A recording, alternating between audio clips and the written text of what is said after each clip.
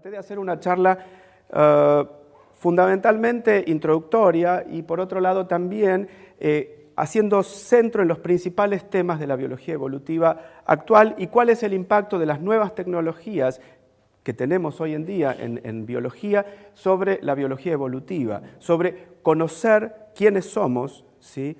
De dónde venimos, básicamente, y cuál es nuestra historia, tanto reciente como profunda, porque nuestra historia es una historia demasiado larga, ¿sí? Y eso es uno de los puntos que a todos nosotros nos cuesta aprender, que es el tiempo. Ese tiempo que son 3.500 millones de años. Si ni siquiera podemos imaginarnos lo que son 3 millones y medio de pesos, cuánto ocupan, imagínense 3.500 millones de años, es una cantidad de tiempo impresionante. Imagínense si alguien hubiera puesto capital, ¿sí? a intereses de 3.500 millones de años, bueno, seríamos multimillonarios, ¿no es cierto? Bueno, y la charla de hoy tiene primero un actor central, que es Darwin. Charles Darwin, ¿por qué es un actor central? Bueno, básicamente por lo que dice la historia, pero por otro lado también porque el año pasado se cumplieron 150 años de la publicación del origen de las especies, ¿no es cierto? Y 200 años del nacimiento de Darwin. Con lo cual, durante el año pasado hemos visto que ocurrieron una cantidad de reuniones, de homenajes, de conferencias. Nosotros en la Facultad de Ciencias Exactas y Naturales organizamos una conferencia donde tuvimos la suerte de traer gente con apellidos ilustres de la biología evolutiva. El profesor Francisco Ayala fue uno de ellos, y porque quisimos, por un lado, rendir homenaje y por otro lado, traer y atraer a la gente que, de todos los niveles educativos, y tuvimos una asistencia, por suerte, importante, donde se hicieron talleres para precisamente poder llevar los temas del darwinismo, ¿sí? a la escuela. Pero, y el punto central en la vida de Darwin, un joven de 21 años, yo a mis estudiantes les digo, imagínense ustedes, ahora, de 21 o 22 años, viene una persona y les dice, les da la oportunidad de hacer el viaje de su vida, ¿no? O sea, cuando los chicos hoy día terminan el colegio secundario, dicen, no, yo me tomo un año sabático y me voy a pasear. Bueno, siempre se van a pasear con el dinero de los padres, obviamente, ¿no es cierto? Esa es la idea. Pero Darwin no se fue con el dinero de los padres, se fue financiado por la corona británica en el crucero, en la nave Beagle, ¿sí? Y durante ese viaje soñado, ¿sí? Soñado por cualquiera le hubiera encantado participar, hoy día obviamente, de un viaje que partió de Inglaterra y dio la vuelta al mundo y recorrió América, África, Australia, etcétera, etcétera.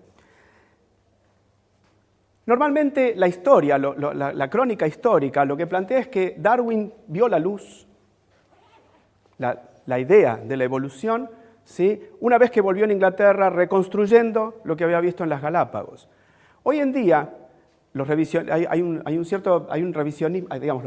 de toda esta historia, lo que dicen es que Darwin ya había abrazado la idea una vez que pasó por las Pampas y la Patagonia Argentina. Y que en sus escritos, al llegar a Valparaíso, allí estaba patente la idea de la evolución, la idea de lo que él llama en su libro descendencia con modificaciones. Es decir, la idea de que todos descendemos de ancestros comunes. ¿Sí?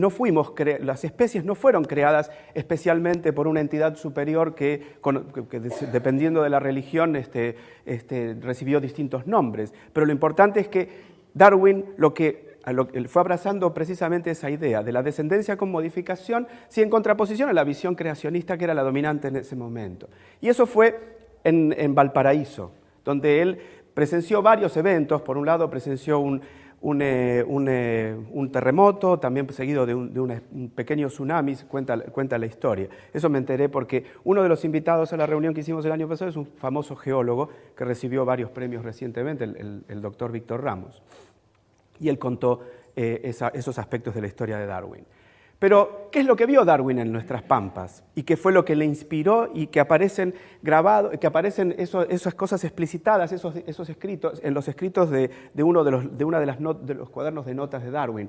¿Qué es esta idea? Darwin, en su recorrido por las pampas argentinas, desenterró varias formas fósiles, en particular unos que se llaman gliptodontes. ¿Sí? Los gliptodontes, sí, que eran las formas fósiles que él desenterró en las pampas argentinas, eran muy parecidas a las especies, los armadillos actuales. Y él lo que vio comparando estas especies, dijo, bueno, que era demasiado grande el parecido como para pensar que eso podía ser casual, ¿sí? Y entonces allí él pensó, bueno, él fue dirigiendo su pensamiento hacia la idea del cambio temporal de las formas de vida. A lo largo del tiempo las formas de vida fueron cambiando, ¿sí?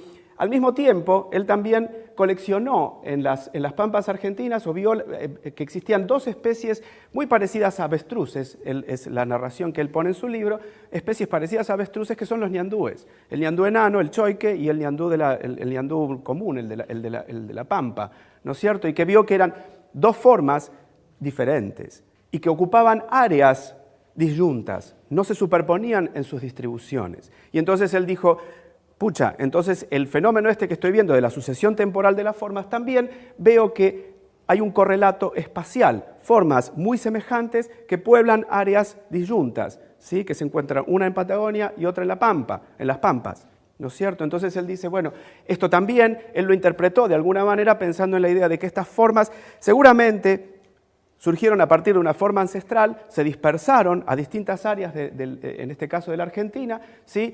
Y pasó cierto tiempo, de modo tal que cuando esa variación que fueron sufriendo a lo largo del tiempo, ¿sí? Llevó a que se acumularan diferencias, y como dice aquí, inevitables diferencias, ¿sí? Que fueron acumulándose y creciendo a lo largo del tiempo, de modo tal que en algún momento perdieron la capacidad de reproducirse, ¿sí? Esto lo está relatando el macho y la hembra dice, aunque se nos permitiera hacerlo, ¿sí? Es muy divertida la figura, está tomada de un libro que es precioso, que es recomendable, que se llama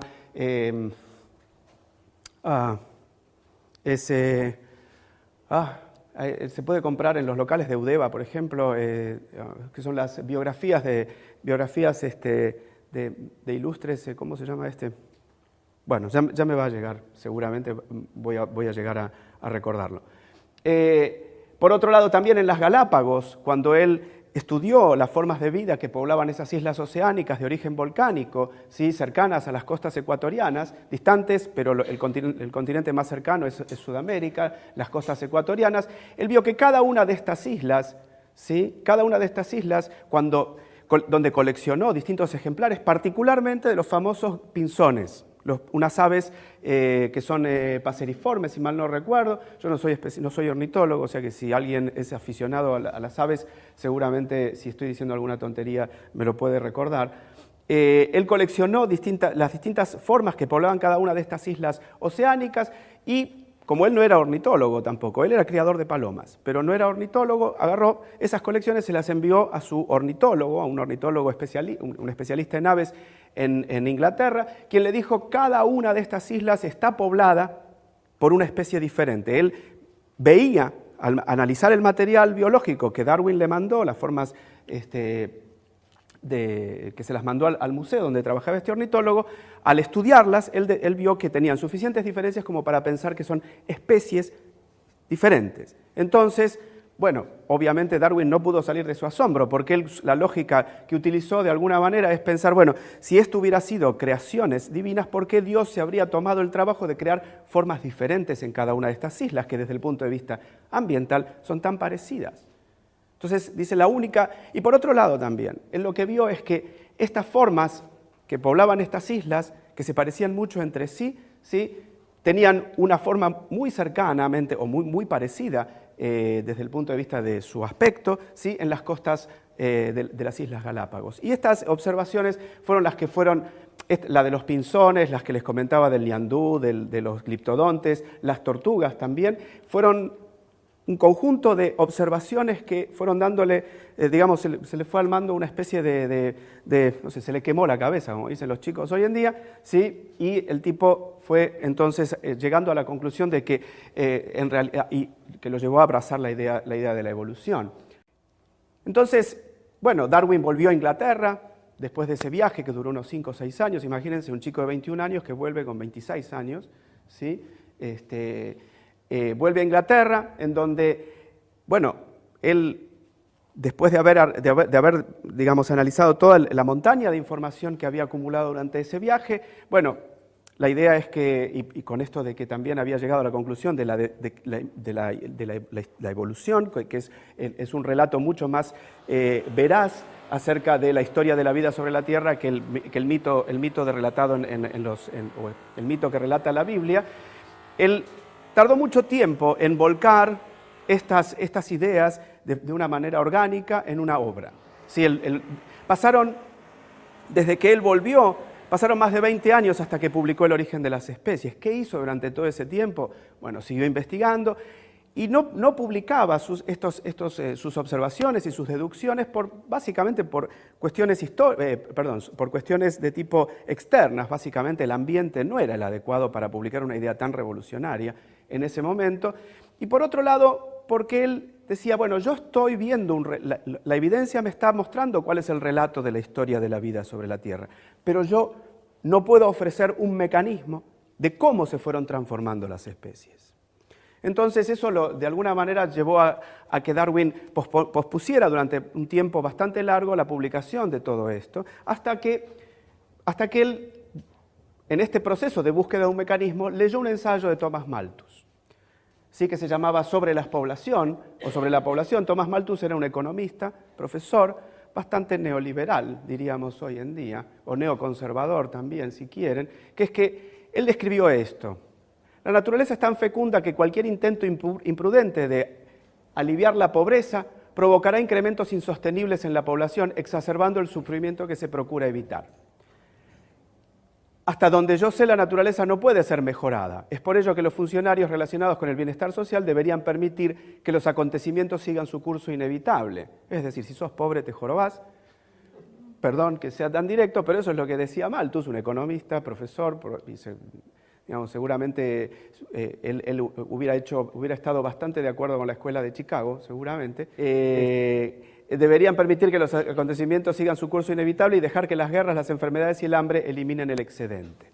Darwin, cuando leyó esto, obviamente no le gustó mucho, pero sí pudo extraer de allí el mecanismo evolutivo que él denominó selección natural, ¿sí?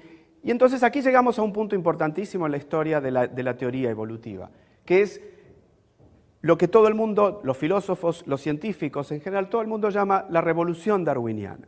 ¿En qué consiste la revolución darwiniana? En la revolución darwiniana hay dos pilares fundamentales. Por un lado, y que son esos dos pilares, son dos desafíos, los dos desafíos más importantes que propone el darwinismo al orden que dominaba en aquella época. El primero es que las especies no son fijas, no son exactamente iguales a como se supone que el mito bíblico relataba, que es que tal y como Dios las había creado, sino que las especies cambiaron. La vida cambió a lo largo de un tiempo que en ese momento no se tenía idea de cuánto era la extensión hacia el pasado, o sea, cuál era la dimensión temporal de ese fenómeno de evolución. Pero la idea darwiniana es que el orden natural no es el no cambio, es el cambio. Las cosas cambian. Y en segundo lugar, que hasta ese momento los fenómenos naturales se explicaban únicamente sobre la base de los designios de una entidad sobrenatural. ¿Por qué, sí, nosotros, por qué las mujeres tienen que parir con dolor? Bueno, porque eso Dios lo hizo, es lo que decidió Dios como castigo por algo que hicimos seguramente en algún momento de la historia de la humanidad, ¿sí? O eventualmente los chicos tienen piojos, adquieren los piojos en la escuela. ¿Y por qué? Pues seguramente porque se portaron mal, ¿no es cierto? En cambio, Darwin opuso una idea revolucionaria, que es que los fenómenos naturales pueden explicarse por mecanismos naturales, causas materiales y naturales, no supernaturales. Esta imagen me parece una joya, en donde la idea es, Darwin aquí está personificado como un gnomo o algo parecido, ¿sí? Lleva en la mano un martillo, y aquí tenemos una representación de uno de los frescos de Miguel Ángel en la Capilla Sixtina, que es el mito, el de la creación, precisamente donde Darwin, muy travieso, acaba de romper el dedo, no se sabe de quién, si de Dios o del hombre. Sí, pero esta imagen a mí me parece una joya ¿ah? Sí. Si uno lo interpreta, el orden de la figura, sí. Pero lo importante es que rompe el nexo, ¿no es cierto? ¿Qué cambios produjo el darwinismo? El darwinismo produjo dos cambios fundamentales también, más allá de desafiar esas dos visiones que son antitéticas al pensamiento, que son antitéticas a lo que Darwin interpuso, que es la perspectiva histórica, ¿sí? Que es que las características actuales de los organismos, ¿sí?, solamente pueden explicarse a la luz de la historia de los organismos, ¿sí? La característica de un organismo, de los actuales, nosotros, nuestras características, sí, son características que se han ido modificando a partir de estados ancestrales, los cuales han condicionado los estados siguientes, sí, que es lo que hoy día en biología evolutiva conocemos como contingencia histórica, ¿sí? Y el segundo punto es lo que llamamos la perspectiva poblacional. Al poner a la selección natural como mecanismo que ordena la variación hereditaria, pone en el centro de la escena algo que es importantísimo, que es la variación. ¿Sí? Hasta ese momento se pensaba que las variaciones dentro de una especie, ¿sí?, eran nada más que meras imperfecciones respecto de un tipo ideal, el esencialismo platónico en el pensamiento occidental, que era el dominante en aquel momento. Y que se pensaba que precisamente el hecho de que algunos de nosotros tengamos un color de ojos determinado, color de pelo, estatura distinta, etc., eso era una imperfección respecto del tipo, del organismo ideal, ¿sí?, de la esencia que estaba teóricamente en la cabeza de esa entidad supernatural.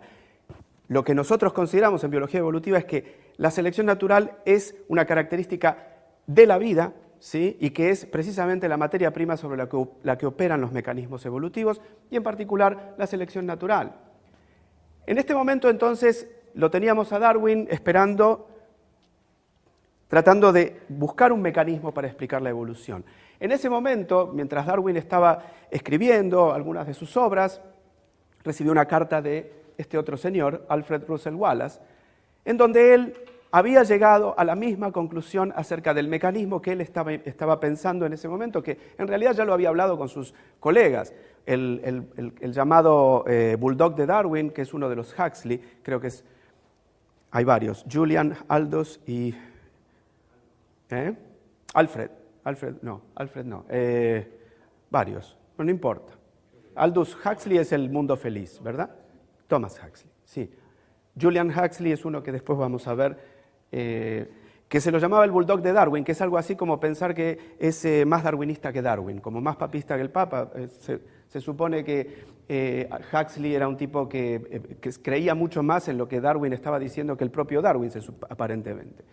Bueno, la idea es que recibe la carta de Wallace en donde llega a conclusiones similares y juntos, el día 1 de julio de 1859, presentan la teoría de la evolución de Darwin-Wallace en una reunión conjunta, de manera conjunta en una reunión en la Sociedad Linneana de Londres, ¿sí?, en donde proponen una teoría que tiene 4 fundamentos, 4 patas centrales, que es que el planeta cambia continuamente, lo cual implica que la vida debe cambiar para poder sobrevivir, para adaptarse, ¿sí? La vida debe cambiar, si no, los cambios ambientales son incompatibles con la supervivencia de algunas especies. La naturaleza provee de una ilimitada materia prima, ¿sí?, a través de novedades evolutivas que se originan de manera azarosa, fortuita. Fertilidad de la naturaleza, la idea es que la naturaleza es mucho más fértil, ¿sí?, el potencial reproductivo de las especies es mucho mayor, ¿sí?, que la posibilidad o la tasa a la cual se renuevan los recursos, de modo tal que eso lleva a deducir un mecanismo de lo que llamaba Darwin lucha por la existencia. No es una lucha cuerpo a cuerpo, claro. Ojo, eso es importante, no es una lucha como la que tienen los ciervos machos que se pelean y que se dan con los cuernos para copular con las hembras. No, es otro tipo de lucha, que ya vamos a ver de qué se trata, pero seguramente ustedes ya están familiarizados. En esa lucha, aquellos individuos provistos de novedades favorables sobrevivirán en detrimento de aquellos que no las tengan. Entonces estamos en este punto en donde Darwin y Wallace presentan su teoría en la Sociedad Linneana de Londres y acá vamos a dar, como decía el este personaje entrañable que era Tato Bores en la tele hace muchos años, vamos a hacer un per saltum. Él utilizaba ese término que sacó de la justicia, ¿sí? Y vamos a saltar aproximadamente unos 60 años aproximadamente, que es el momento en el cual toda la información, después de que Darwin y Wallace presentan su teoría, la mayor parte de los científicos, de los naturalistas de la época, se dedicaron básicamente a buscar evidencias en la naturaleza de la descendencia con modificación. Embriólogos, anatomistas comparados, fisiólogos, etólogos, todos buscaron evidencias en la naturaleza acerca de la evolución, de la transformación de las especies. ¿Qué pasó con los mecanismos? En este caso con la selección natural, la investigación sobre la importancia, la incidencia de la selección natural en la naturaleza, quedó bastante relegado por una razón muy simple, que es que en el momento en el cual Darwin y Wallace proponen su teoría, no hay un mecanismo, no se conoce cuál era el mecanismo de la herencia.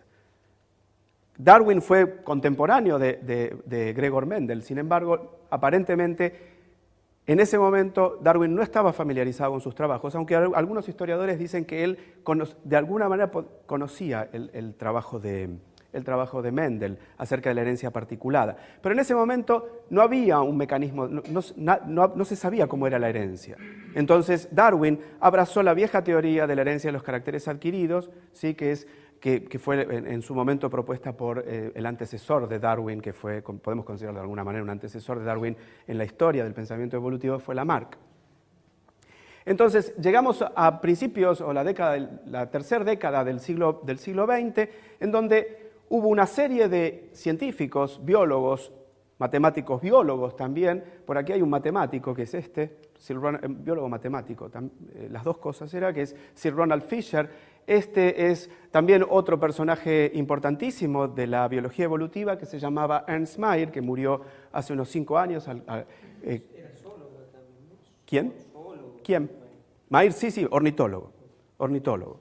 Y murió casi a los 100 años, yo creo que llegó a cumplir 100 años y murió cuando poco tiempo... Sí. Darwin. Ahora vamos a hablar de eso. Esa afirmación tiene su cosa, la vamos a comentar quizás. Pero la idea es que Ernst Mayr, ornitólogo de formación, él fue uno de los pilares de la teoría moderna de la evolución. ¿Sí? Lo que les comentaba es que murió... Me lo estoy moviendo, sí, perdón. Murió creo en 2005. Y justo pocos meses después, de hecho le estaban organizando un homenaje en una universidad del estado de California y al cual él no pudo asistir, me parece, porque ya estaba enfermo, me parece. Este de aquí también es importante, es Theodosius Dobzhansky, que acuñó una frase importantísima que es: nada tiene sentido si no es visto en biología, si no es visto a través del prisma de la evolución. Este de aquí es Sewell Wright, yo admiro profundamente a este señor, un genetista de poblaciones teórico que produjo una gran cantidad de información, una gran cantidad de desarrollos teóricos. Este es el paleontólogo de la biología evolutiva, que es George Gaylord Simpson. Uno de estos es Haldane, y este es Haldane, y este es Julian Huxley, que también contribuyeron con sus trabajos a la síntesis moderna. La síntesis moderna se llama síntesis porque produjo una síntesis entre el trabajo de los naturalistas, que habían mostrado cómo operaba, habían cosechado evidencia acerca de la transformación de las especies, y la síntesis con los genetistas de poblaciones que produjeron información y que permitieron integrar la genética, que había sido rescatada del baúl de los recuerdos por una serie de genetistas, entre otros de Vries, Bateson, Carnes, etc. Sí, que fue el grupo con el que estudió también el primer premio Nobel de Genética, que fue Morgan, que fue el que produjo el primer mapa genético. Entonces, los genetistas de poblaciones, entre los cuales se encuentra estos dos son los pilares fundamentales, Sewell Wright y Sir Ronald Fisher, ¿sí? Que produjeron la síntesis entre la genética clásica, la genética mendeliana, y la genética de poblaciones, y la selección natural, básicamente, produciendo el origen de la disciplina que quizás fue más significativa en la teoría moderna de la evolución, que es la genética de poblaciones. ¿Qué dijeron estos señores? La teoría descansa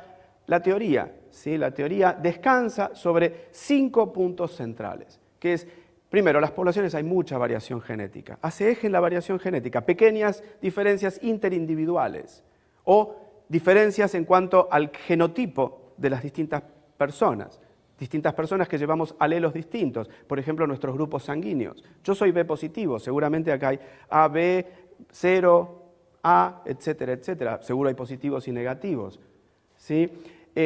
La evolución es el cambio de las frecuencias de esas variantes genéticas, alélicas. Por ejemplo, el cambio de las frecuencias de los grupos sanguíneos a lo largo del tiempo, ¿sí? Cómo cambiaron en las poblaciones humanas las frecuencias de esos grupos sanguíneos a lo largo del tiempo. Normalmente lo que se plantea es que esas variantes, ¿sí? Y que el principal mecanismo es la selección natural, que las variantes adaptativas, ¿sí? Tienen efectos fenotípicos pequeños, ¿sí? Pequeñas diferencias interindividuales significan o confieren a las distintas personas, bueno, en este caso personas, pero individuos de las poblaciones, distintos éxito reproductivo diferencial, ¿sí?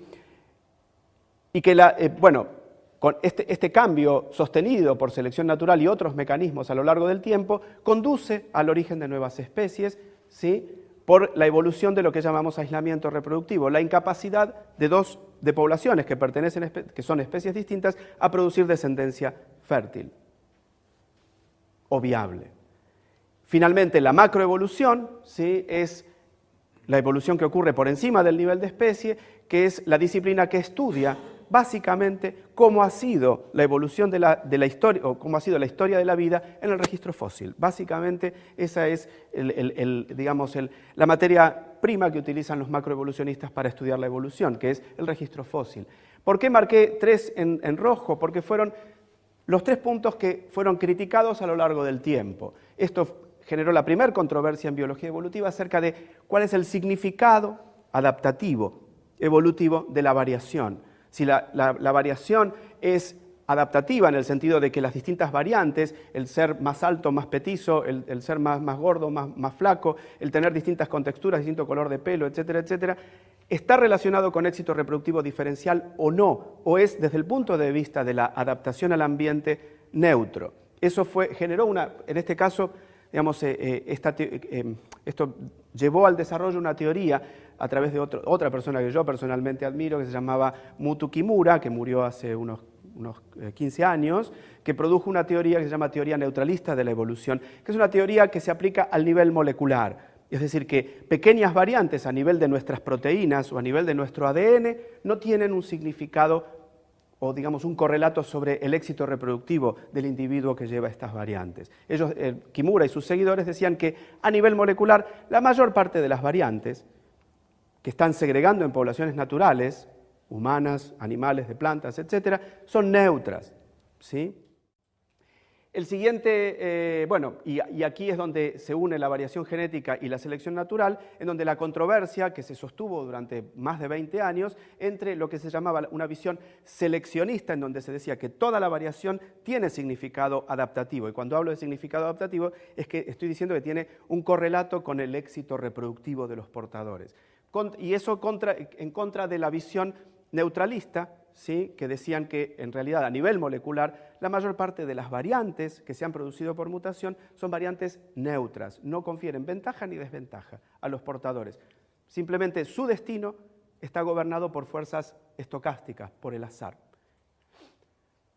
Y finalmente el desafío, digamos, que sufrió en los fines de los años 70 la teoría sintética de la evolución es desde los macroevolucionistas, y allí cobra una relevancia recordar otra persona importante también en cuanto al enriquecimiento de la teoría sintética y en cuanto al desafío que significó de los macroevolucionistas encarnados por dos personajes que son Stephen Jay Gould, que murió en el 2001, ¿sí? Y que produjo una cantidad de libros impresionante, ¿sí? De divulgación, básicamente de divulgación científica, que llevó a que mucha gente conociera la biología evolutiva independientemente de sus intereses profesionales.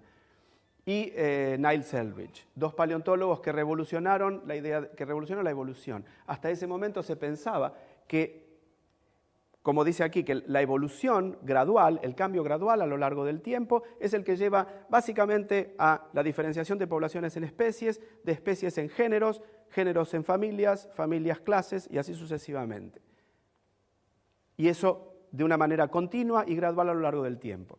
Eldredge y Gould lo que hicieron fue interpretar el registro fósil de una manera diferente a como lo interpretaban en aquel momento los paleontólogos, que decían, bueno, si yo veo que hay un salto morfológico en el registro fósil, algo que cambia una especie o que después aparece separada por una cantidad de tiempo determinada de otra forma diferente morfológicamente, decían, bueno, acá lo que está faltando es el eslabón perdido, la forma intermedia. Ellos decían, no, ¿por qué tiene que ser así? ¿Por qué tenemos que pensar en el cambio gradual si puede ser que ocurra un cambio en patrón en escalera? Yo no hice una transparencia de esa porque de esto creo que es un error, debería haberlo hecho.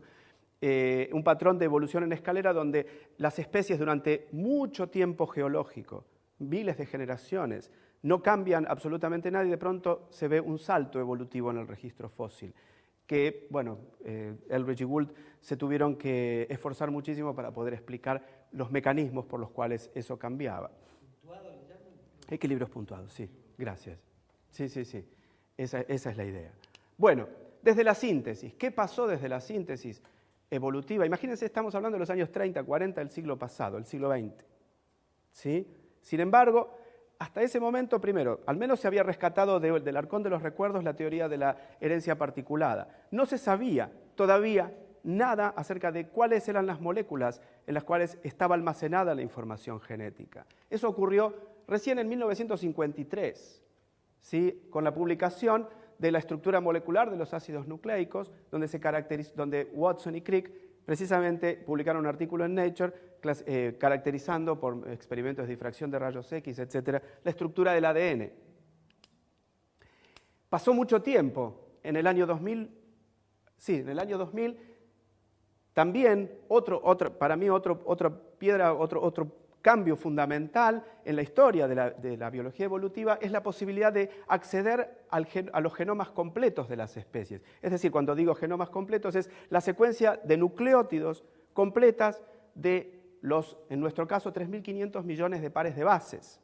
¿Sí? En el caso, el primer genoma eucariótico que se pudo completar fue el de este bichito que nosotros estudiamos en mi laboratorio, que es Drosophila, la Drosophila melanogaster, que tiene un genoma que es la mitad aproximadamente del tamaño de nuestro genoma. Recién, un año después, se produce el genoma humano, ¿sí? El primer borrador del genoma humano, que es la mezcla de los genomas, es un poco una síntesis entre los genomas que produjeron un consorcio público y el consorcio privado de Bendner, que son el consorcio público secuenció a Watson, tristemente célebre hace un par de años por ciertos comentarios racistas, ¿sí? Yo personalmente no hubiera esperado semejante comentario. Y por otro lado, Bendner, que era el que encarnaba la vertiente privada de este proyecto. Y finalmente, este es quizás el último avance en todo esto, que es la posibilidad de contar con los genomas completos de más de una especie, de un mismo grupo, que es que hoy día contamos con los genomas de 12 especies distintas de Drosophila. Y por eso es que podemos utilizar todos los genomas para producir árboles que nos representen la evolución de un grupo de especies cercanamente emparentados que han evolucionado de manera divergente desde hace aproximadamente unos 80 millones de años. Y esto nos lleva entonces al último invitado, a la última contribución de las distintas disciplinas de la biología molecular, en este caso a la biología evolutiva, que es esta disciplina naciente, que ya tiene 10 años, que se llama genómica. ¿Sí? Que la genómica es una disciplina bastante amplia que consiste básicamente en la genómica estructural, en conocer la secuencia completa de los genomas completos de distintos organismos, ¿sí? Y conocer, y aparte poder saber cuántos genes hay en cada genoma, ¿sí? Y qué hacen esos genes. Porque imagínense, ahora voy a pasar eso, me estoy adelantando un poco en la línea argumental. La genómica y la biología evolutiva es el título de esta transparencia. Imagínense ustedes, en el año 1982, ¿sí? Yo estaba haciendo mi doctorado en ese momento, toda la información genómica con la que se contaba, secuencias de ADN, con la que se contaba hasta ese momento, cabía en un libro de 300 páginas, ¿sí? Un libro, una novela común. La mayor parte de las novelas tienen un tamaño de aproximadamente 300 páginas. Toda la información genómica de plantas, animales, microorganismos, etc. Toda cabía en un libro de 300 páginas. Esa cantidad de información creció de manera abismal desde el año 1982 hasta la actualidad. Y hoy día las iniciativas de secuenciar genomas completos, que son centros especializados, ¿sí? Incluso y compañías privadas, echan fuego directamente porque están produciendo una cantidad de información similar a 30 libros de 300 páginas por año de información, ¿sí? Hoy día, si uno tiene la plata y está interesado en saber algo de sí mismo, no sé para qué, porque difícilmente uno sepa qué puede hacer, puede mandar ADN o sangre de uno, te extraen el ADN, te lo secuencian por aproximadamente unos $8.000, más o menos. Si uno tiene la plata y está interesado, el problema es qué hacer después con esa información, ¿sí? No solamente cualquiera de nosotros se preguntaría eso, también los biólogos en general se preguntan, ¿qué podemos hacer con esa información? Hoy día, lo que quiero decir es que hoy día secuenciar un genoma aparentemente es simple.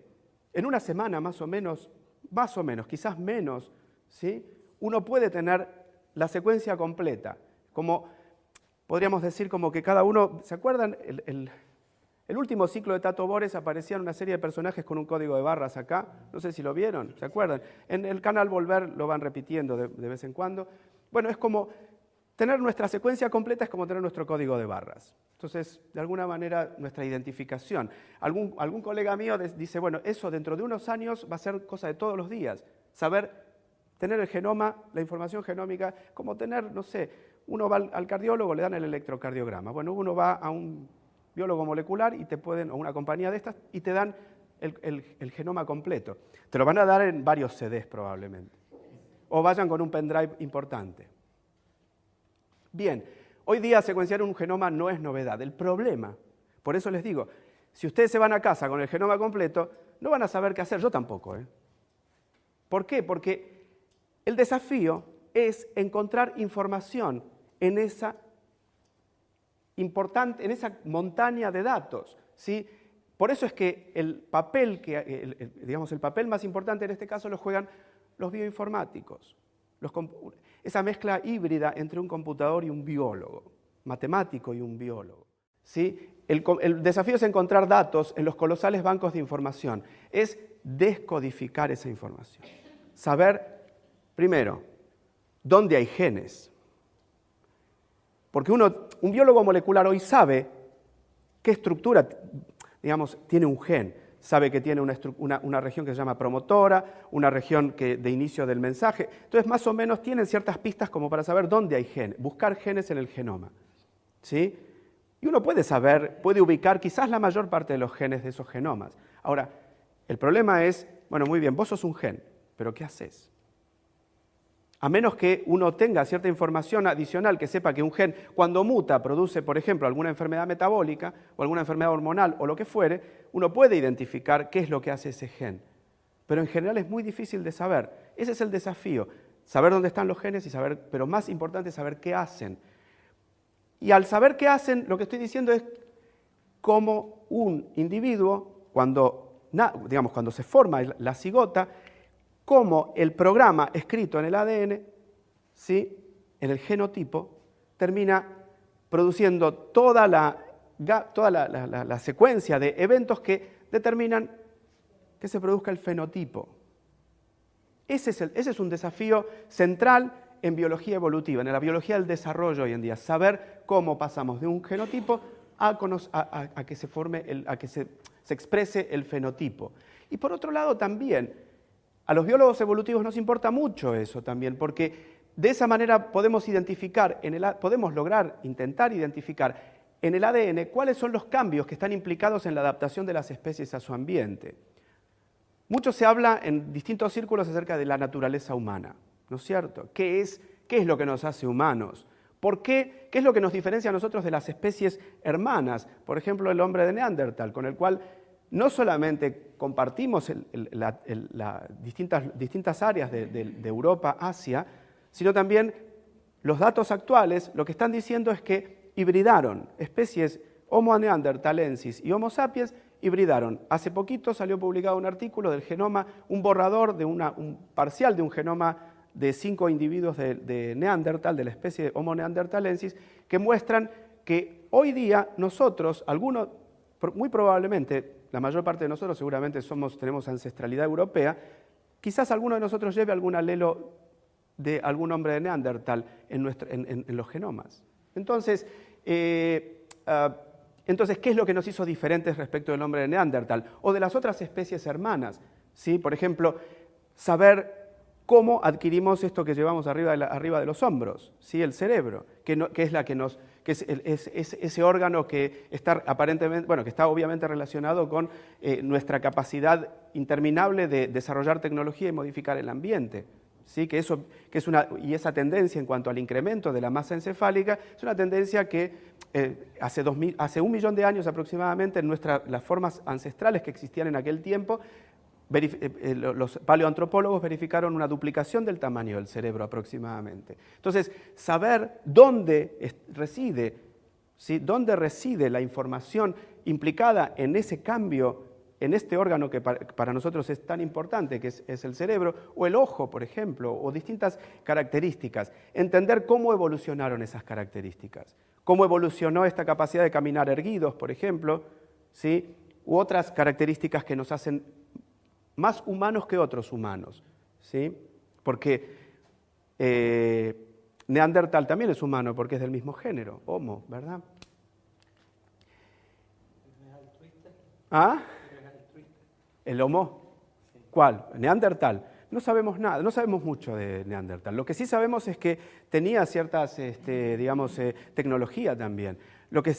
Y hoy día lo que se piensa también es que el hombre de Neandertal también, por un lado tenía tecnología, lo que hoy día se está especulando también es que quizás también tenía la capacidad de comunicarse mediante el lenguaje como nosotros. Eso es un tema también que está en discusión.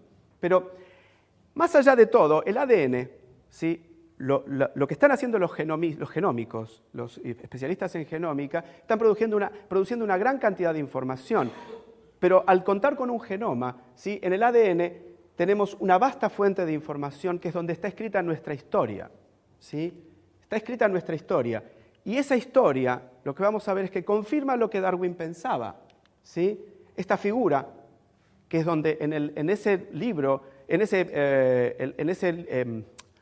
esa libreta de apuntes que Darwin llevaba, aparece una figura que es central en el pensamiento darwiniano, que es esta forma de la vida arborescente, en donde, digamos, las formas que están más cercanas, sí son las que comparten un ancestro común más reciente, hasta llegar a ese ancestro común original que dio origen del cual derivan todas las formas de vida actuales. Esta figura también es maravillosa, es preciosa. Piensen que esto Darwin lo produjo en 1837. Hoy día, este tipo de representaciones de la historia de la vida en los libros de texto, básicamente de biología evolutiva, y los biólogos moleculares, etcétera, utilizan este tipo de representaciones. Pero aparte de que está escrita nuestra historia, el ADN es un elemento cotidiano en nuestra vida, ¿sí? Porque no solamente está escrita nuestra historia, está escrita nuestra ancestralidad. Y todo el mundo, la mayor parte de la gente, salvo cuando están en juego algunas cosas, ¿sí? Acepta utilizar el ADN en aplicaciones forenses. Acepta, por ejemplo, para condenar la información que está escrita en el ADN para condenar un violador, por ejemplo, o un asesino, o un apropiador, ¿sí? Entonces, en el ADN también, aparte de estar escrita es la información necesaria para sus aplicaciones forenses, en el ADN está escrita la historia de la vida.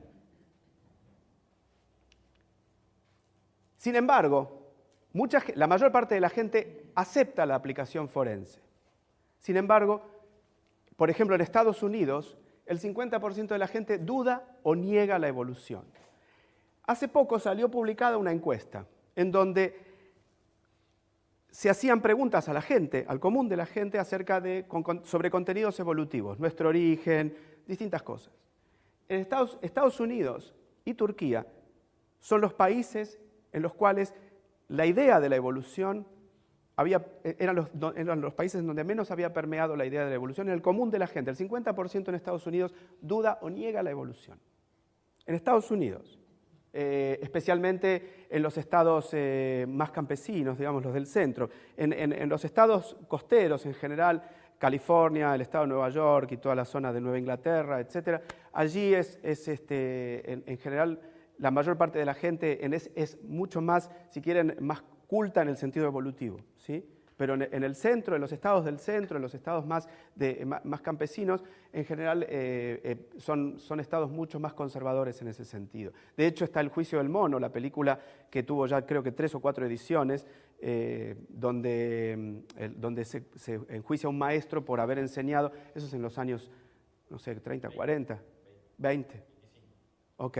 La versión original, yo normalmente tengo una copia porque a veces les pregunto a los estudiantes de mi curso si tienen ganas de verla, entonces organizamos una clase, la terminamos antes y nos quedamos mirando la película y después la discutimos. La versión original, la de Heredarás el viento, bueno, la siguiente también se llamó Heredarás el viento, con el papá de Michael Douglas, Kirk Douglas, pero yo les muestro la anterior que es en blanco y negro, que es con...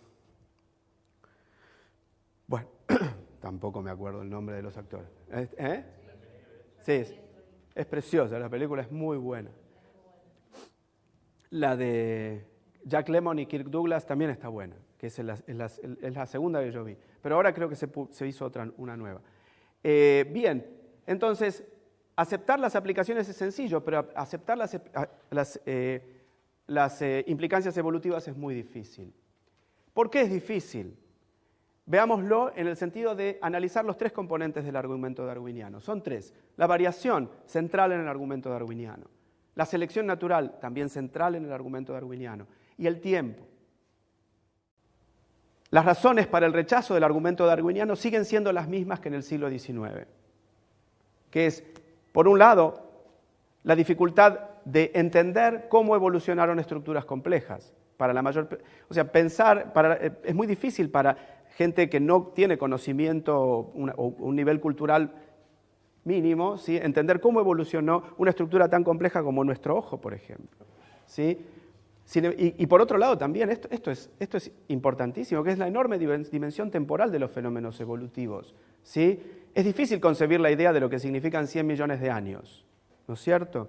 O sea, pensemos nosotros, a mí al menos me pasa cuando yo pienso en la dimensión temporal. Más o menos en nuestro país recuperamos la democracia hace más o menos, ¿cuánto? 27 años, ¿no es cierto? 27 años. Discúlpenme que ahora me voy a poner en melancólico, pero parece ayer, ¿no es cierto? La dimensión temporal es muy difícil de ver, de poder aprender esta idea. Imagínense, les decía, 27 años de que recuperamos la democracia. Este año celebramos el 200 aniversario de la patria, ¿sí? Ahora, y uno puede entender porque hay documentos históricos. Ahora, si nos empezamos a remontar más hacia atrás, ¿qué pasaba acá hace 10.000 años? ¿Qué pasaba hace 1 millón de años o 100 millones de años? Es vertiginoso pensarlo. A mí me... 70 millones de años. Se extinguieron hace aproximadamente 65 o 70 millones de años. Es un número, pero ¿cómo lo pensamos? A mí me da vértigo, solo pensarlo me da vértigo. O sea, solo pensar en que, qué sé yo, supongo que muchos de nosotros tenemos hijos, pensar en un hijo desde que nació hasta que cumplió 20 y pico de años, ¿no les da vértigo? No sé, a mí me produce una sensación de vertiginosa. Bueno, Dawkins, otro biólogo evolutivo también importante, un biólogo que trabaja muchísimo en la divulgación de la biología evolutiva, él ha dicho que el concepto de selección natural en sí mismo es simple, es muy simple, pero es equívoco en cierto sentido, no es una crítica. Él dice que lo que quizás de alguna manera conspira es la interpretación del papel del azar, porque Darwin fue claro, el azar en el origen de la variación. La variación se produce aleatoriamente, independientemente del efecto que produzca sobre el organismo portador de esa variante. Nunca sabe, digamos, la variación es al azar en el sentido de que si va a producir una enfermedad o una ventaja adaptativa, eso es totalmente azaroso. Nosotros estamos sujetos a la lotería en ese sentido. Ya voy a profundizar más sobre esta idea. Pero bueno, el azar, porque Darwin lo plantea en el origen de la variación. No, la selección natural no es un mecanismo aleatorio. Actúa sobre materia prima que se origina de manera aleatoria. Esa es la idea, ¿sí? Entonces, por eso es que azar y selección pueden llegar a confundirse. De hecho, este es el argumento antievolucionista. Agiganta el papel del azar. Y entonces dice, ¿cómo podemos entender que el ojo se haya originado por azar? Para ellos, azar, ¿sí? Orden y azar, la complejidad y el orden y la complejidad emergen al azar y de manera simultánea. Y ese es el argumento que pretenden filtrar a las cabecitas de los pobres niños, ¿sí? Por eso es que yo creo que por eso es que creo que lo único que se puede enseñar en las escuelas es ciencia y no religión, para eso que vayan a otros lugares. Porque por eso es que la religión tiene que estar separada del Estado. Y esa es una de las deudas que los constitucionalistas del año 94 no llegaron a ver. Entonces, los biólogos sabemos que esto no es cierto. La selección no actúa al azar. Simplemente lo que hace es el mecanismo ordenador de la variación que se origina al azar, determinando qué variantes se retienen y cuáles desaparecen de las poblaciones, cuáles se eliminan. ¿Sí?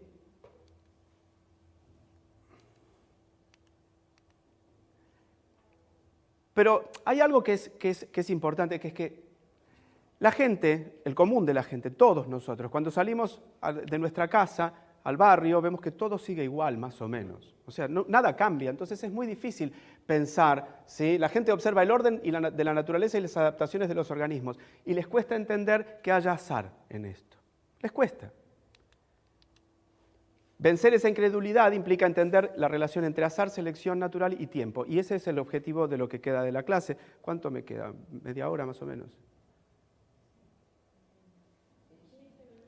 Ok. Supongo que vamos a saltear, a hacer algunos per saltum, pero de todos modos la presentación va a estar disponible para ustedes, así que la explicación causal de la descendencia con modificación sigue siendo la misma. Cuando se combinan las pequeñas diferencias interindividuales con la selección natural, ¿sí? Entonces las poblaciones cambian, evolucionan, cambian. Por eso es que Mayr no evolucionó, Mayr envejeció. La evolución es el cambio genético de las poblaciones.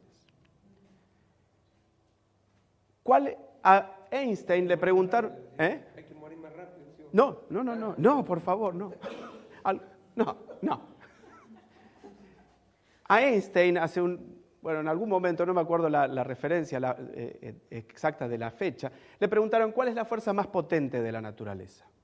Y él dijo, el interés compuesto. ¿Por qué? Bueno, uno comienza con un pequeño capital, ¿sí? A una tasa que normalmente las que dan los bancos son bastante modestas, por lo general, ¿no es cierto? ¿Ah? Monto igual a capital por 1 más I a la N. Bueno, eso. Y el N, ese es el punto. Si das el tiempo suficiente, aunque el capital haya sido pequeño y la tasa de interés pequeña, eso se te puede transformar en una cantidad de dinero enorme, ¿no es cierto? Imagínense si hubiéramos tenido la suerte de que los bancos existieran hace 3.500 millones de años y algún ancestro nuestro hubiera andado dando vueltas por ahí, hubiera entrado al banco, poneme un plazo fijo esto. Esa plata ya no tendría valor. No, seguro. ¿Se acuerdan? Cuando el mismo Tato Bores mostró el billete de 1000, la fragata famosa, y dijo, esto hoy día serían no sé qué cantidad de millones de pesos. Sí, 2 camiones. ¿No es cierto? Bueno. Bien. Entonces, la analogía con la selección natural es directa en ese sentido, que es el capital inicial es el estado inicial de un determinado carácter en una determinada especie, ¿sí? El interés es lo que llamamos el coeficiente, lo que vamos a llamar de aquí en más coeficiente de selección, y el estado final es el capital más los dividendos, por supuesto, ¿sí? Pensemos esto, pensemos una población en donde el coeficiente, la tasa de interés es del 1% o del 10%, ¿sí? Por ejemplo, el tiempo necesario para producir un determinado tipo de cambio en la apariencia de una población varía según el coeficiente de selección, la tasa de interés. 3.000 años o 3.000 generaciones o 300 generaciones dependiendo de la intensidad de la selección. Piensen esto. Imaginemos que ser más grande de tamaño, ¿sí?, confiere ventaja. En los insectos esto pasa. Los individuos más grandes, normalmente los machos más grandes acceden a mayor cantidad de cópulas por unidad de tiempo, ¿sí? Lo cual lleva a que, obviamente, los machos más grandes, y esto tiene un fundamento genético, una base genética, el tamaño del cuerpo, significa que van a producir, al aparearse, descendientes más grandes. Entonces, la media de la población va a ir cambiando a lo largo del tiempo. Supongamos que una población tiene una media de no un insecto, no hay insectos de 1 metro. Si la media del tamaño corporal de una especie es de 1 metro, supónganse, no sé, un perro, ¿sí? Pónganle. Habrá un incremento de 2 milímetros por generación, ¿sí?, bajo ciertas condiciones, bajo un coeficiente de selección del 1%. Al cabo de 200 generaciones, el incremento será del 50%. ¿Sí? O sea, el cambio trans de una generación es mínimo, 2 milímetros sobre un tamaño original de 1 metro, crecer 2 milímetros en el tiempo de una generación de elefantes, por ejemplo, que tiene un tiempo generacional muy largo, bueno, obviamente es imperceptible ese cambio. En 25 años generación humana lo mismo, ¿no es cierto? Pero si le damos mucho tiempo, 200 generaciones, el tamaño medio de la población va a ser de 1,5 metros. Ahí sí el cambio. Y ahí sí es importante lo que quiero decir, el tiempo en ese sentido. Lo que pasa es que en biología evolutiva nosotros también hablamos de que la especie es la población mendeliana, donde ocurre la reproducción, ¿sí?, más inclusiva, que incluye todas las poblaciones, independientemente de que estén separadas geográficamente, por ejemplo. Pero este ejemplo que No, por supuesto. sirve estás hablando de una población. Estoy hablando de una población, sí, sí, sí. Por ejemplo, si yo tengo la distribución de un determinado carácter, la altura o el tamaño, el largo de un individuo o de los individuos, esta es la distribución gaussiana. Si estos son pequeñas diferencias interindividuales, supónganse que tienen mayor éxito reproductivo la cola de esa distribución, la media de la población se corre hacia los tamaños más grandes en la generación siguiente y así un cambio imperceptible en una generación puede transformarse en un cambio sustancial al cabo de mucho tiempo. Estos son casos, por ejemplo, casos de evolución en tiempo real. O sea, una de las dificultades es ver la evolución actuando, ¿sí?, en el tiempo de la vida de una persona. Eso es muy difícil de ver. Si los cambios evolutivos trascienden normalmente la vida de las personas. Sin embargo, fíjense, está documentado el cambio en los casos de lo que se llama el melanismo industrial, que seguramente eso lo han visto en los libros de texto, que es el cambio de la coloración, ¿sí?, la coloración de polillas de distintas especies en consonancia con cambios ambientales, por ejemplo, contaminación ambiental. ¿Sí?, por liberación de humo, hollín a los bosques, eso produjo un cambio que es el incremento de las formas melánicas en muchas especies. En Inglaterra esto se documentó y cuando en Inglaterra se avivaron de lo que estaba pasando, de que estaban contaminando el ambiente, el Parlamento produjo una cantidad de leyes que limitó la liberación de estos efluentes al ambiente. Y entonces a partir del momento en el cual esas leyes comenzaron a regir, bueno, las poblaciones fueron volviendo, fue disminuyendo la frecuencia de las formas melánicas y fueron volviendo a los estados originales. Lo cual, y eso en el término de, fíjense, 1959, 1995, 40 años aproximadamente. ¿Sí? Es una persona, a lo largo de su vida, puede, por ejemplo, documentar este fenómeno. El siguiente punto, dijimos, es el azar en el origen de la variación. ¿Qué quiere decir el azar en el origen de la variación? Fíjense esto. Nuestro genoma, ¿sí?,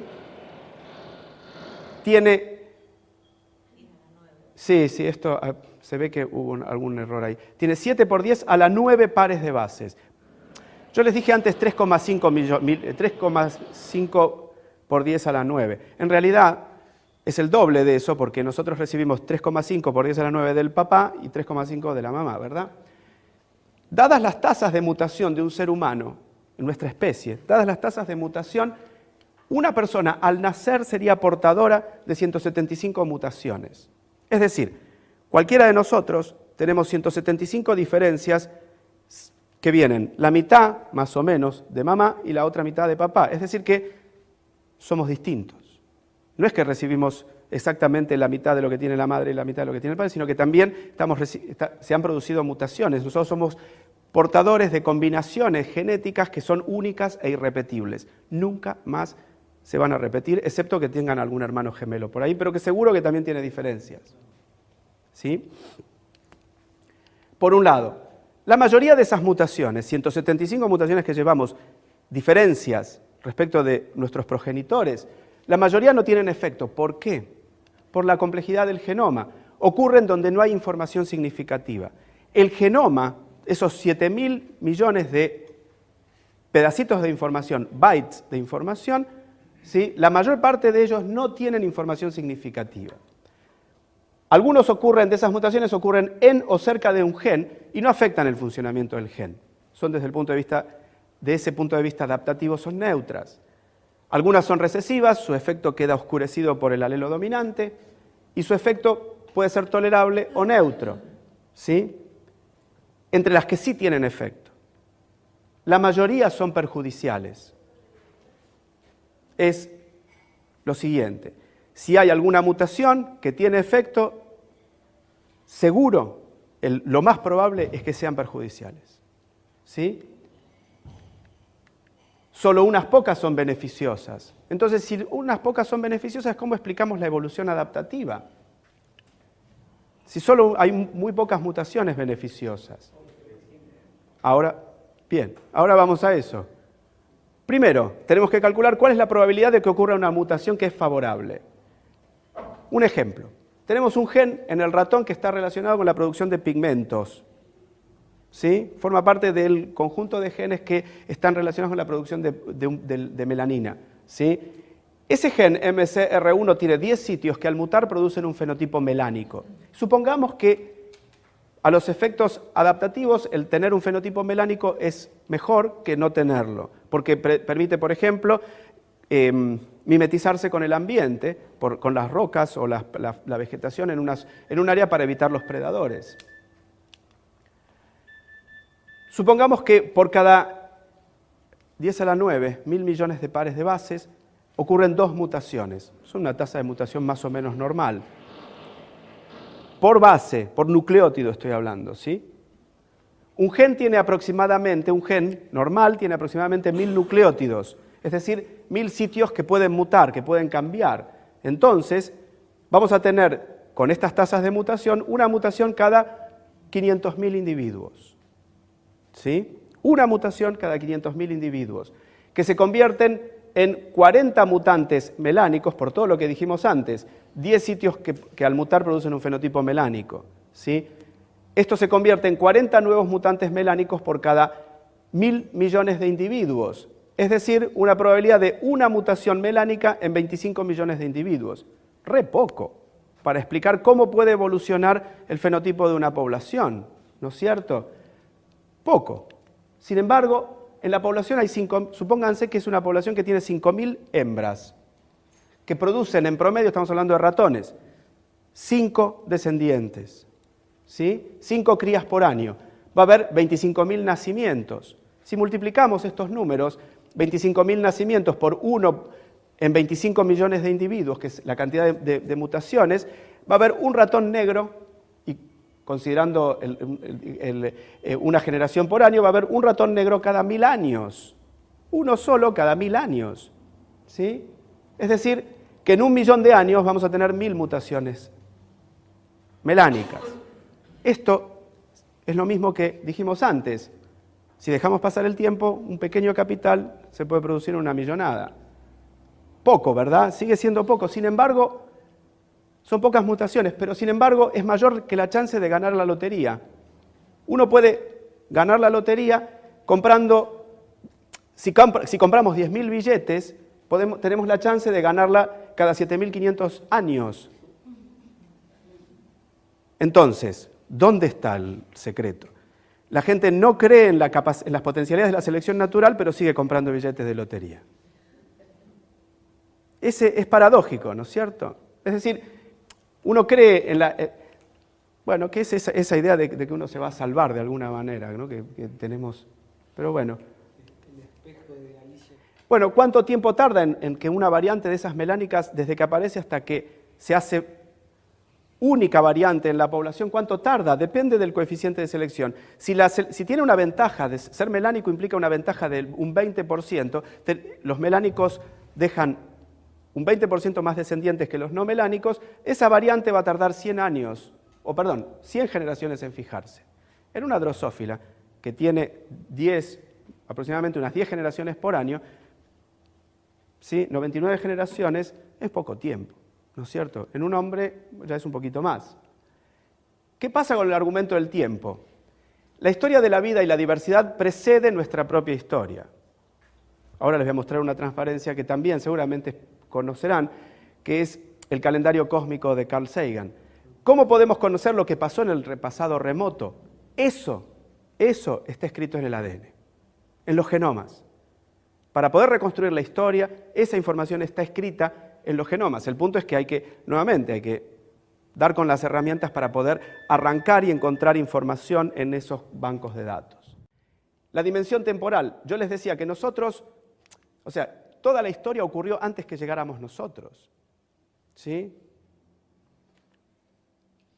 Es como un chico cuando ve las fotos familiares y dice, y todo esto pasó mientras yo no estaba. Importante. Y saber que nosotros somos recién llegados. En el drama de la evolución, nosotros representamos nada más que un pequeño instante, en el último minuto del año. ¿Sí? Imagínense, lunes 1 de diciembre, ¿sí?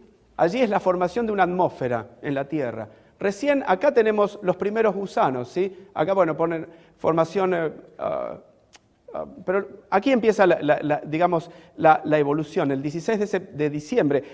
Y todo esto, ¿sí? Si apretáramos toda la historia evolutiva de la vida sobre la Tierra, o la historia de la Tierra, básicamente, en un mes, nosotros estaríamos llegando en el último instante, estaríamos llegando en el champagne para brindar, ¿sí? En el último minuto de ese año. Esa es la dimensión, lo importante de la dimensión temporal.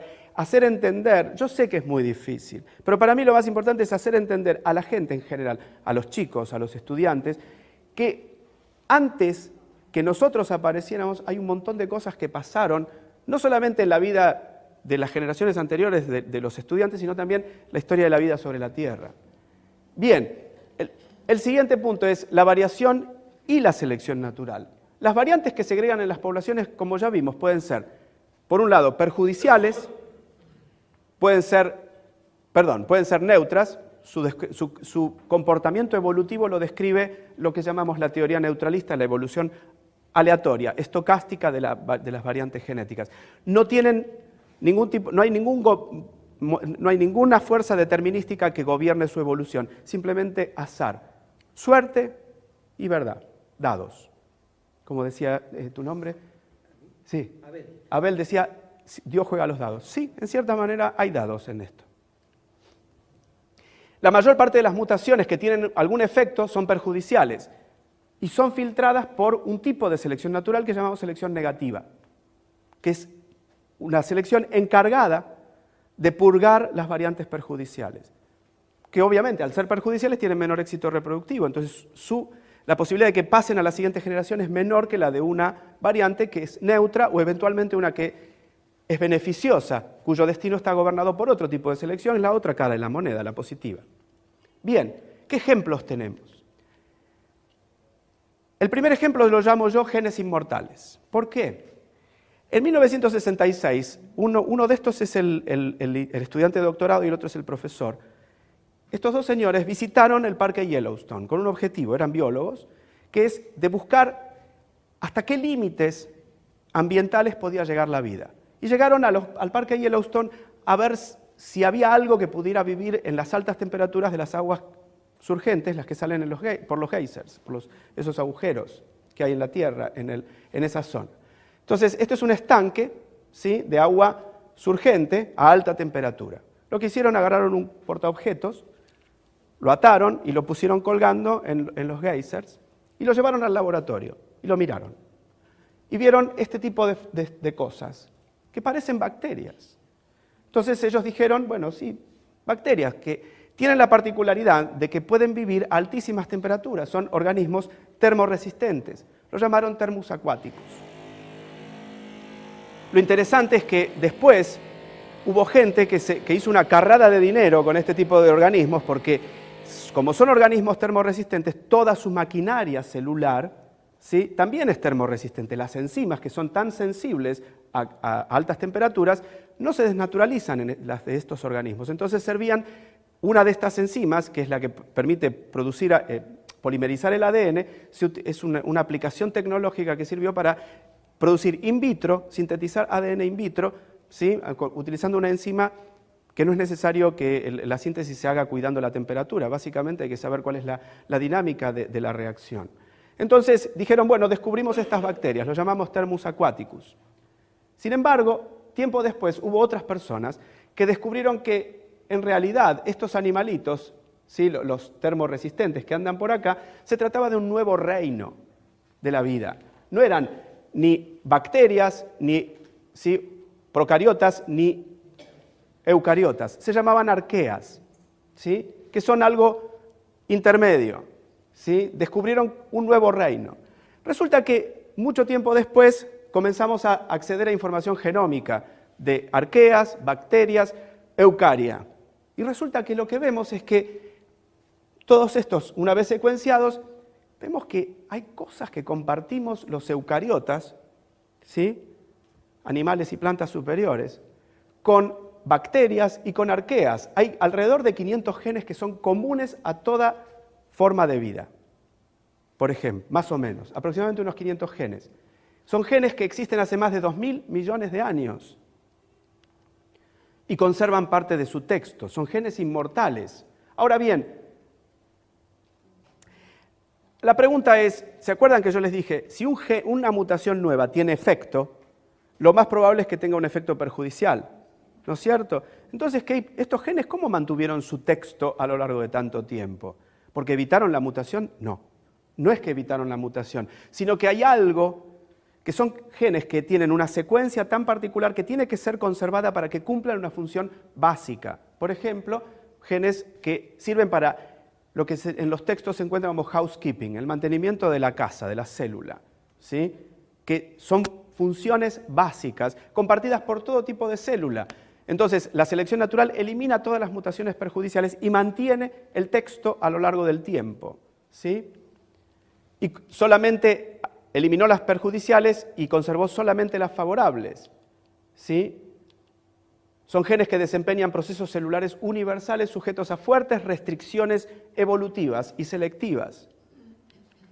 Por ejemplo, imagínense, esto es la secuencia de aminoácidos de una determinada proteína, ¿sí?, donde hay posiciones en la secuencia de aminoácidos conservadas desde bacterias, que son los que llamo aquí letras inmortales, desde bacterias hasta nosotros.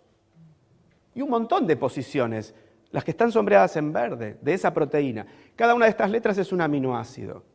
Alanina, ácido aspartico, asparragina, glutamina, etcétera, etcétera. Son todos aminoácidos en un código de una única letra. Yo nunca me acuerdo cuál es cada una. Algunas me acuerdo, esto sé que es ácido aspartico, después no me acuerdo. Prolina probablemente, glutamina, glicina, histidina, etcétera. Tengo que hacer un ejercicio mental cada vez que lo leo. Lo importante es que esto lo que ejemplifica es una idea darwiniana también, que la selección natural destruye de manera rígida, destruye las mutaciones que causan injurias sobre el organismo, las que modifican de manera negativa el organismo. Los genes inmortales son evidencia del poder conservador de la selección natural, ¿sí?, y de la ancestralidad común de todas las formas de vida. ¿Por qué tenemos tantas letras compartidas con organismos que compartimos un ancestro común hace más de 2.000 millones de años? ¿Por qué?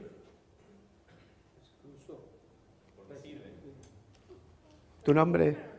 Fernando. Una palabra, dos palabras. ¿Por qué sirven? Con dos palabras, porque confieren, digamos, básicamente sirven porque mantienen el funcionamiento de la célula. Cualquier mutación cambia el mensaje, cambia el texto y es una mala noticia para el organismo. ¿Se acuerdan cuando en los partidos de fútbol, no me acuerdo qué relator, que echaban un jugador y decía malas noticias para tal jugador? No sé, los futboleros, no sé. Yo soy aficionado, me encanta, la estoy pasando bomba con el Mundial. Espero que sigamos pasándola bien. Bien. Pero, muy bien, la selección natural y el papel conservador que tiene mantener los textos vitales. Sin embargo, obviamente, no es solamente la evolución no puede producirse, digamos, por la acción de una única fuerza conservadora. También tiene que haber algo creativo, nuevo. ¿Cómo se construye lo nuevo a partir de lo viejo? Nuevos genes a partir de genes viejos. El caso interesantísimo, que es la evolución de la visión tricromática. Este es un mono del viejo mundo, ¿sí? Este es un chimpancé. Ambos monos seleccionan hojas o frutos de colores. Este en los árboles está seleccionando hojas las más tiernas, ¿sí? Que tienen un color rojizo. El chimpancé está en la tierra y está también seleccionando frutos de color amarillento, en la gama del amarillento y del rojizo, ¿sí? Ambos monos pueden distinguir, ¿sí?, el azul, el verde y el rojo. Tienen 3 pigmentos visuales que absorben luz en distintas longitudes de onda. Tienen una media de absorción en distintas longitudes de onda del espectro de la luz. ¿Sí? Uno que absorbe mayoritariamente en la gama de los azules, en el verde y en el rojo. Tienen 3 pigmentos visuales, como nosotros, que también somos monos del viejo mundo. La mayoría de los mamíferos solo pueden distinguir azul y amarillo, son de boca. Los perros son de boca. Yo no los quiero. O de Rosario Central. Ahí está, tenés razón. O de Atlanta. Bien. Tienen... Hay que hacerle un monumento a Palermo, estoy de acuerdo.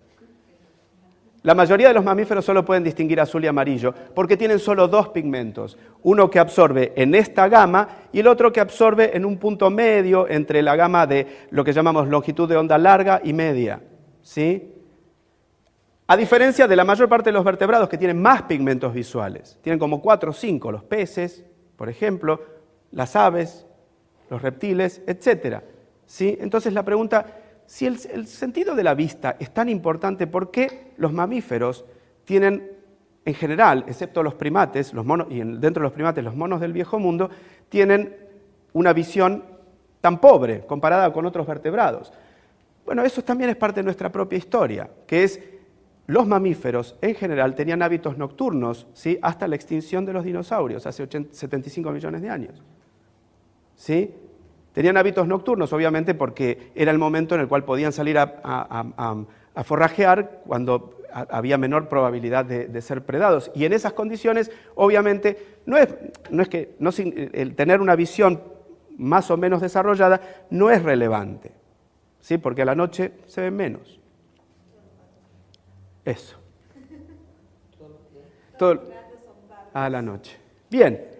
La visión tricromática, bueno, esta es la estructura del ojo. ¿Por qué vemos 3 colores? Básicamente porque tenemos este tipo de estructura en la retina, de células que son portadoras, los conos y los bastones, y uno de ellos son portadores de pigmentos, expresan distintos pigmentos que absorben la luz en distintas gamas, ¿sí? Los pigmentos visuales están formados por una proteína y un cromatóforo.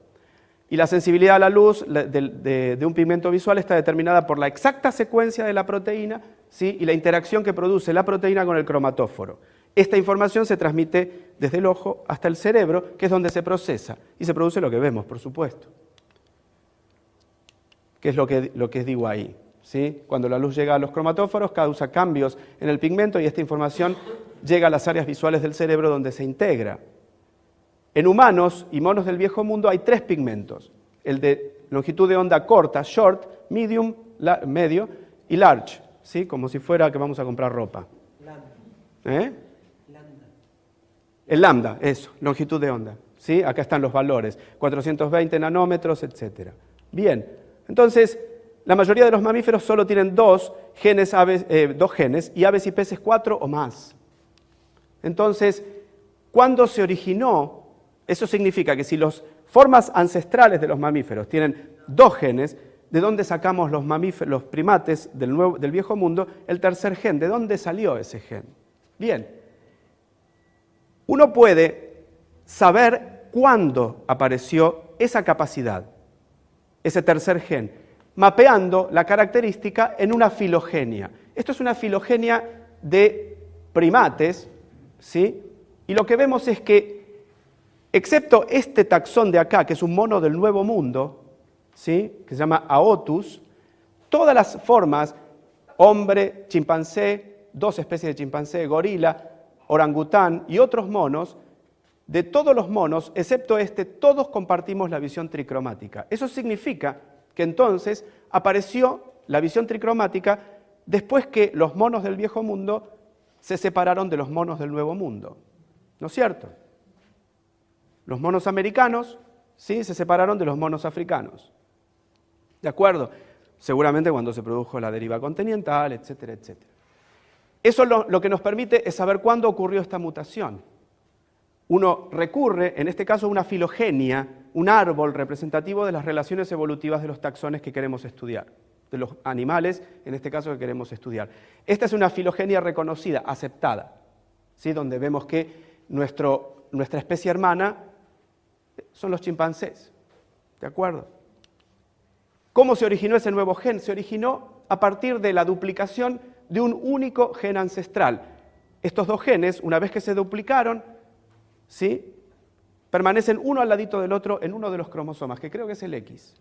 ¿Sí? Son genes que se llaman parálogos. ¿Sí? Se originan por duplicación y se mantienen los dos y evolucionan de manera independiente uno y otro. Y actualmente comparten el 98% de su secuencia nucleotídica. Sí, está en el X, porque el daltonismo se da por mutación en el X. Gracias. ¿Estamos? Bien. Las diferencias entre esos dos genes que confieren la posibilidad de sintonizar luz a distintas longitudes de onda, ¿sí?, está dada por cambios en 3 posiciones aminoácidicas, nada más que 3, y que por diversos tipos de experimentos uno puede saber cuánto cambia, ¿sí?, la absorbancia en cuanto a en el espectro, ¿sí?, por cada una de estas sustituciones aminoácidicas. ¿No es cierto? ¿Cuál es la ventaja de la visión tricromática? Obviamente alimenticia. Saber elegir los recursos por su color. Frutos más coloridos u hojas de una determinada coloración que tienen alguna recompensa. Más proteína, más tiernos, más fácil de digerir, etc. Selección de comida. Las hojas rojizas tienen, se supone, o al menos eso es lo que yo leí por ahí, un mayor contenido proteico. Y el mecanismo es este, un gen ancestral, una duplicación y luego la evolución aleatoria, es esa duplicación, y luego la evolución por selección natural, el ajuste fino a las nuevas funciones. La duplicación de genes precisamente tiene este efecto, la posibilidad de que los resultantes de la duplicación evolucionen y generen incluso nuevas funciones. Así evolucionaron los genomas, básicamente.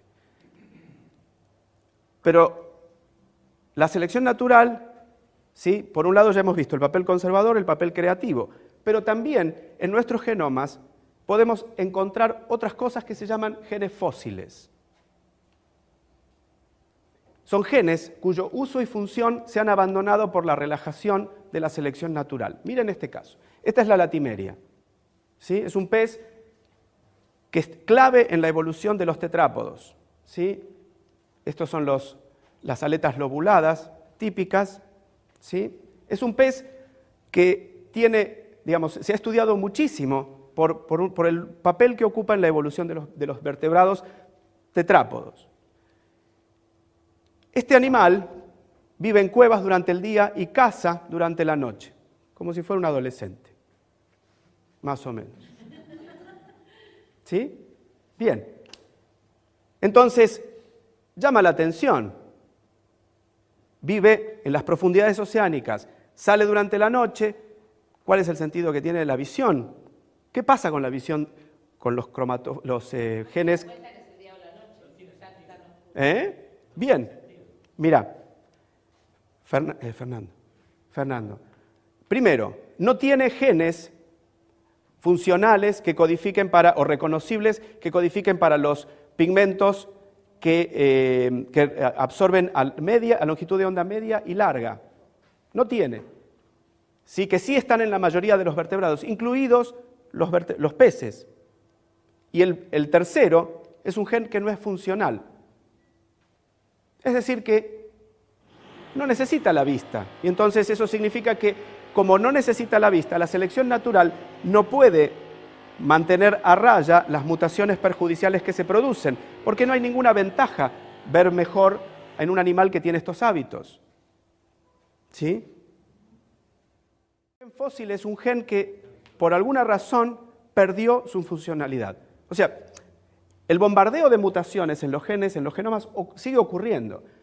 Ahora, si vos relajás el mecanismo que ordena esa variación, las bombas siguen cayendo y te inutilizan un gen. Por ejemplo, aparece un mensaje, en el mensaje que codifica para una proteína te aparece una señal de terminación de mensaje, ese gen codifica un producto que es más corto de lo que debería y no es funcional. Eso se llaman pseudogenes, aparte de fósiles, se llaman pseudogenes. Y que son muy comunes en nuestro genoma. La familia de las que codifican para las globinas, las distintas alfa y beta globinas, aparte de genes funcionales que se expresan en distintos momentos del ciclo del desarrollo fetal, ¿sí? También hay pseudogenes que forman parte de esas familias.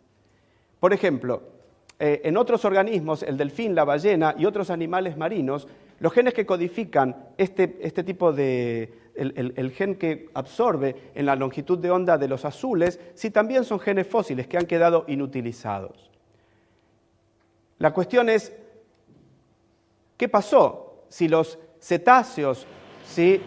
y otros animales, los cetáceos, delfín, ballena, etcétera, tienen este gen que es no funcional, al igual que el celacanto? Hay dos posibles hipótesis para explicar esas observaciones, que es que lo hayan heredado del ancestro común, ¿sí? que haya sido inútil ese gen en el ancestro común, pero lo que vemos es que el grupo hermano de los cetáceos, que son las vacas, o el grupo hermano de los celacantos, que son los peces, tienen esos genes funcionales, con lo cual son eventos que ocurrieron independientemente en estas líneas evolutivas. Ya termino. Voy a tener que saltear algunas cosas. Bueno, mamíferos nocturnos. Uy, ahí se ve. Bueno, esto es un mono, ¿sí? un primate, estos son prosimios, ¿sí? y también este es el único primate con hábitos nocturnos. Estos son prosimios que también tienen hábitos nocturnos y muestran un fenómeno muy parecido. Ninguno tiene este gen funcional. En este caso, en estos prosimios, el bush baby y el loris, ¿sí? son la pérdida de función de este gen ocurrió por un mismo evento evolutivo, por una delesión de una parte del mensaje común. ¿El comportamiento es consecuencia de la delesión? Yo supongo que más bien la delesión es consecuencia de que cambios comportamentales que implican que la visión, no es el sentido más importante para un organismo nocturno. El organismo nocturno, mientras vea luz muy tenue, no necesita diferencial azul, rojo, verde, etc. O sea, un organismo que necesita de su visión, que nace con una mutación de esas características, lo más probable es que tenga una desventaja reproductiva y que tenga poco éxito evolutivo. Pero bueno, déjenme ver si logro terminar con los dos últimos ejemplos que traigo, que me parecen también sumamente ricos. Este lo voy a pasar por alto. Lo que nos dice esto, la lectura de esto, es que los cambios de hábitos pueden implicar cambios en la selección, pueden cambiar la magnitud de los coeficientes de selección, qué es lo bueno y qué es lo ventajoso y qué es lo perjudicial, ¿sí? Algo que era ventajoso deja de serlo, pasa a ser neutro, y entonces allí la selección natural sigue bombardeando los genomas, produciendo mutaciones que no son ordenadas por ese mecanismo ordenador de la variación que es la selección. Si la selección natural se relaja, los genes pueden fosilizarse debido al continuo bombardeo de la mutación. Esto nos trae otra lección que es muy importante, que es que la construcción del organismo mejor adaptado no es algo progresivo. A veces hay retrocesos. Es decir, las especies actuales no están mejor equipadas que sus ancestros, solo están equipadas de manera diferente. Por eso es que hablar de cosas primitivas y cosas modernas es quizás una cosa muy antropocéntrica, ¿sí? El penúltimo punto, creo que tengo esto y algo más, nada más. Bien, que es este subtítulo dice la evolución se repite a sí misma. Yo cuando les dije que la visión tricromática era una adquisición de los monos del viejo mundo, introduje una pequeña mentira. Hay un mono americano, que es el aullador, que está en Misiones, Formosa, etcétera, que una de las especies que se llaman del género Aluata, ¿sí? que tiene la capacidad, que es que tiene la capacidad también de ver, tiene visión tricromática. Tiene 3 genes que codifican opsinas y también eligen hojas tiernas para alimentarse.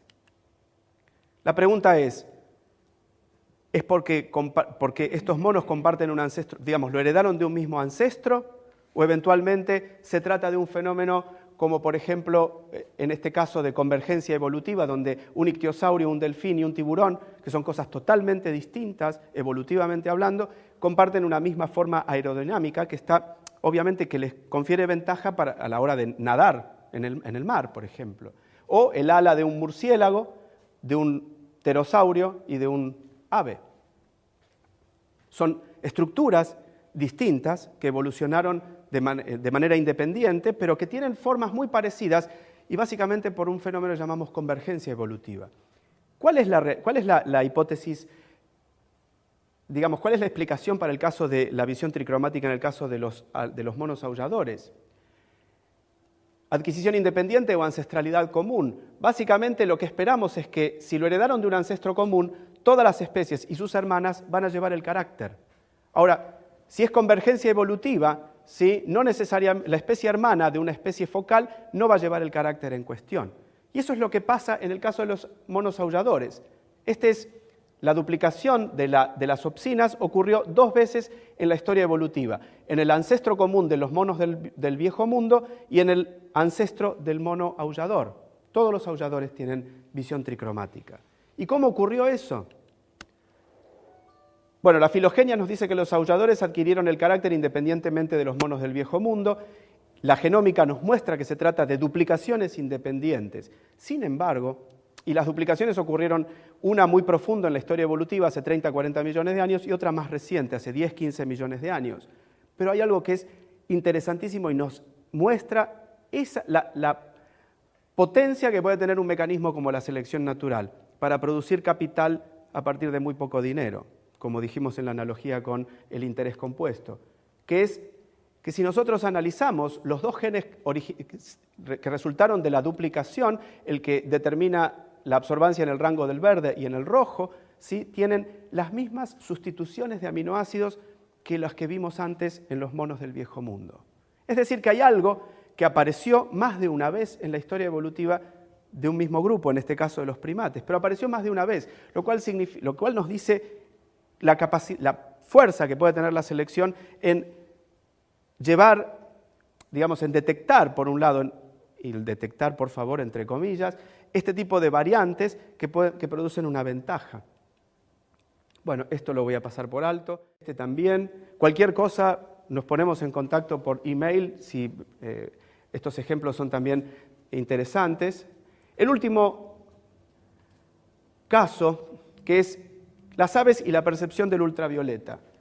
¿Sí? Entre las aves hay distintos grupos en los cuales hay uno de los, en algunas especies, el pigmento que absorben a longitud de onda pequeña, corta, en la gama de los azules, violetas, etc., hay 2 variantes en distintos grupos. Hay unos que absorben, en los cuales este pigmento tiene su pico de absorbancia en el violeta, y otros grupos en los cuales tiene un pico de absorbancia en el ultravioleta. ¿Sí? Es decir, si ustedes se fijan, las gaviotas, este paseriforme, las cotorras, en esos animales el pigmento que absorbe en la longitud de onda corta, ¿sí? En estos animales el pico de absorbancia es en la gama del ultravioleta. Y en el pato, en el ñandú, etc., la gama de absorbancia, el pico de absorbancia es en el rango de los violetas. De hecho, parece que esta diferencia está relacionada con un aminoácido diferente, ¿sí? Por 2 variantes aminoacídicas, que son una cisteína o una serina en una determinada posición del mensaje que determina el rango de absorbancia. Por ejemplo, una cisteína en esa proteína implica absorbancia en el rango del UV, una serina en el rango del violeta. En el ADN es un triplete que es T, timidina, guanina, citosina, y en el caso del violeta, adenina, guanina, citosina. Es decir, que hay un cambio que es una sustitución de A por T. ¿De acuerdo? Que eso determina un cambio en las propiedades de absorbancia fisiológicas, básicamente de esos pigmentos. Si consideramos una tasa de mutación de un valor de esas características, un N, que es un tamaño de poblaciones de aves de 1 millón de individuos, la mutación de A a T, ¿sí? Recuerden, TGC a AGC, la mutación de A a T en la primera posición del triplete podría haber ocurrido 1200 veces por cada millón de años, ¿sí? El cambio AGC, ¿sí? Podría haber ocurrido 1200 veces por cada millón de años, ¿sí? El cambio de AGC a TGC es uno de 9 posibles cambios, sustituyendo cualquiera de los nucleótidos, ¿sí? Si sustituimos cualquiera de los nucleótidos, tenemos 9 posibles cambios en las 3 posiciones, ¿de acuerdo? Sin embargo, en 45 especies de 35 familias de aves, solo se registran los codones que codifican para la serina o para la cisteína, ¿sí? Es decir, hay 9 posibles, solo un cambio se verifica en 45 especies de las 35 familias que se han estudiado hasta el presente. Es decir, es notable cómo la selección natural es capaz de filtrar cualquier otro tipo de mutaciones y no algunas. Bien, este es un ejemplo final, ya estoy abusando de mi estado físico y de la paciencia de ustedes.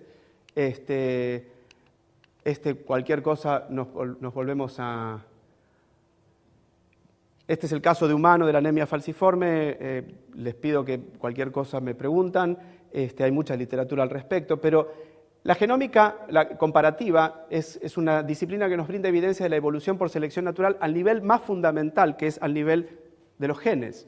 Los cambios que ocurrieron en los genes inmortales, que fueron eliminados a lo largo de 2.000 millones de años en todas las especies existentes actualmente, manteniéndose un cierto texto constante, el decaimiento de la información por la relajación de la selección natural, el caso de los genes fósiles, cambios convergentes, ¿sí? Primates del Nuevo Mundo y del Viejo Mundo y en este caso del aullador. Quedaría por establecer si estos cambios que han ocurrido bajo el estricto escrutinio de la selección natural sobre la materia prima provista por las pequeñas variaciones pueden sumarse hasta forjar las grandes diferencias en complejidad entre las formas de vida. Pero bueno, eso es parte de otro tipo de historia que no es la que me ocupa hoy. Así que muchas gracias.